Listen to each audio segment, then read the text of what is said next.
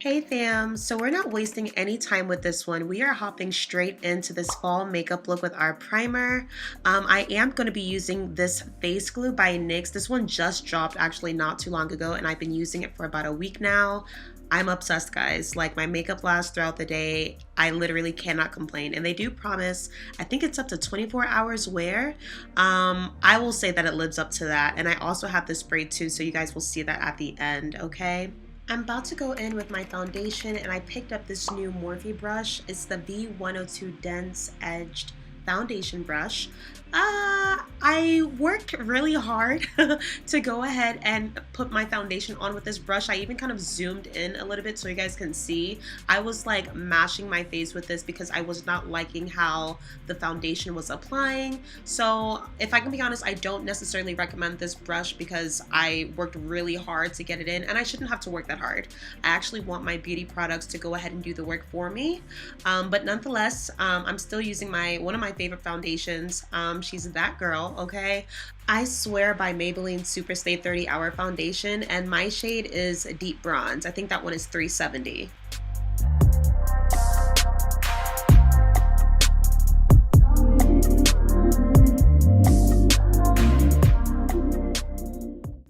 Y'all, why was I today years old when I found out that Tarte actually has a medium coverage version of the Shape Tape Concealer?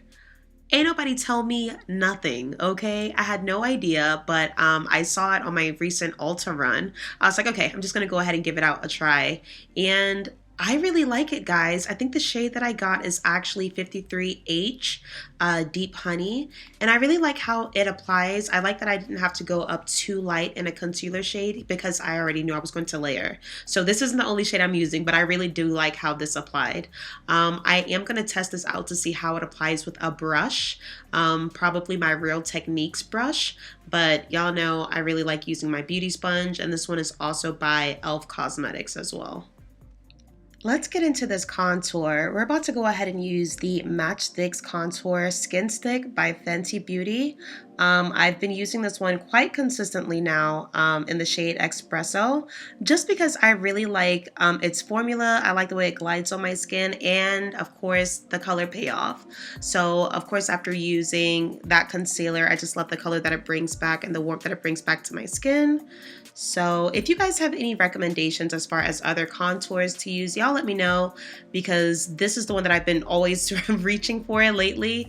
On days where I don't use this one, I'll just not use a contour and I'll go straight in with my powder. So definitely need some recommendations, please. I heard good things about the Hourglass contour. If anybody has tried that, y'all let me know.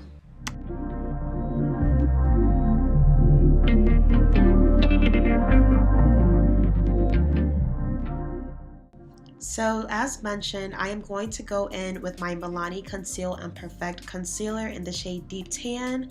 I just wanted to go ahead and brighten up the highlights of my face just for this look. So I'm just going to go ahead and use that same beauty blender and buff that in. So I'm going to set this concealer using the Fenty Beauty Pro Filter Instant Retouch Setting Powder in the shade Honey. And I just kind of warm that up on the back of my hand a little bit just so it can be even and I don't end up with like patches on my under eye area or on my chin or my forehead, anything like that. So I definitely want, you know, exactly what the product says, that super like filtered look. And yeah, I was able to go ahead and achieve that just by tapping that in like so. I'm going to also bronze my face by using two products. Number one, the Charlotte Tilbury Airbrush Matte Bronzer. That one is in the shade Deep. And then I'm also going in with Mocha Mommy. And that one is by Fenty as well. And I also brought that down the bridge of my nose just a little bit, just to help with some of that definition. If I want my contour to be like a little bit more intense, then I'll go in with a deeper shade, something like Mac Raisin. That's a blush and it's really beautiful if you want that more chiseled look, but I wasn't really going for that this time. So I do like this combination of bronzers, and what that gave me just looks a little sun-kissed. So I like that for this look.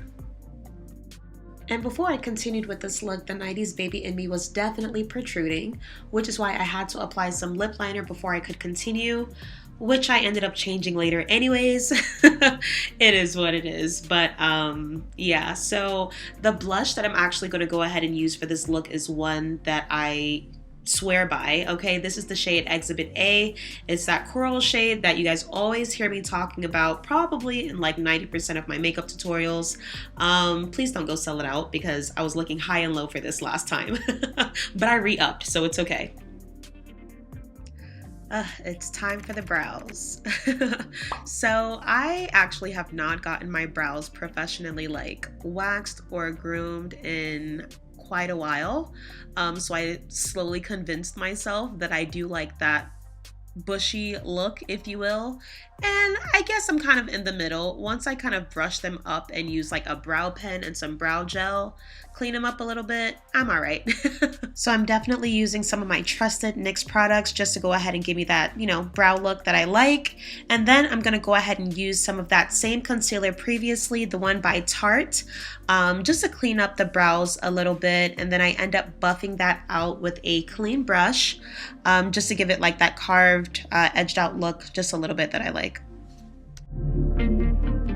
So when I want the colors to pop really well on my eyeshadow looks, I usually try to go in with a base. So for this look, we're going to go ahead and use the Jumbo White Pencil by NYX Cosmetics, and this one is in the shade Milk.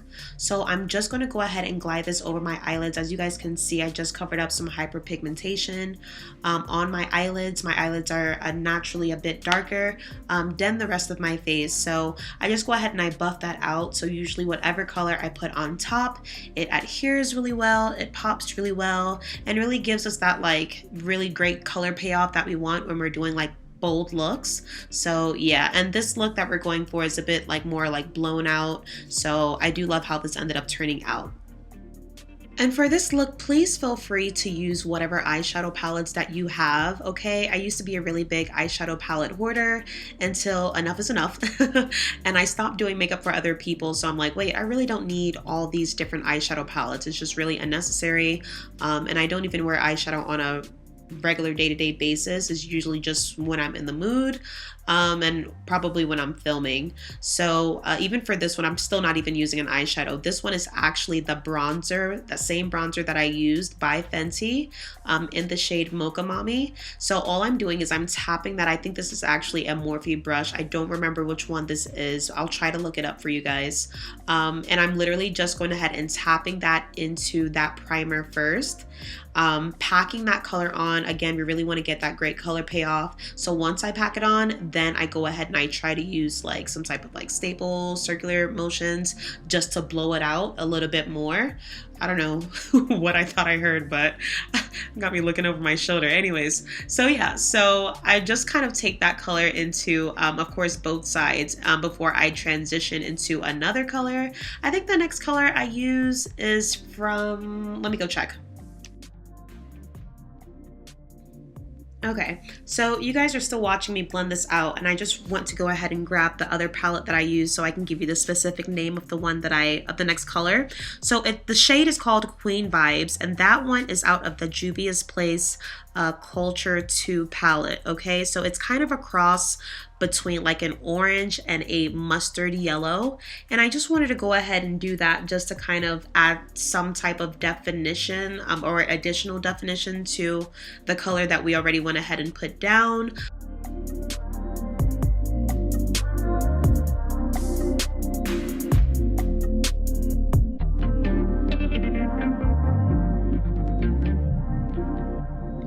So naturally going in with that lighter color over top kind of makes us lose a little bit of pigment. So we're actually going to go in with kind of like a maroon type of color, maroon plum. This one is definitely a little deeper, as you can tell, and I'm just going to go ahead and buff that in just underneath that bronzer that we laid down initially, and I feel like that kind of gives it like a fall type of like sunset vibe. I think it's really pretty, so I'm just going to go ahead and buff that in, of course, into both eyes. And this particular shade is not a single shade. It's actually out of that same Juvia's Place Culture 2 palette, and this shade is called Daishiki. Super pretty, like I said, it's kind of like gives like burgundy, plum. Okay, let's get into this lip combo. So I'm actually using this lip pencil in the shade Dark Brown by Wet n Wild. And I usually just go ahead and pick this up from Walmart. It's like $1. So, and I'm actually using the same liquid lip that I use for my eyeshadow look. So it's in the same shade, 90s by Juvia's Place. But you see, I'm trying to like see if I was, feeling it, and I wasn't. So I went on top of that with a lip pencil called Night Moth by MAC.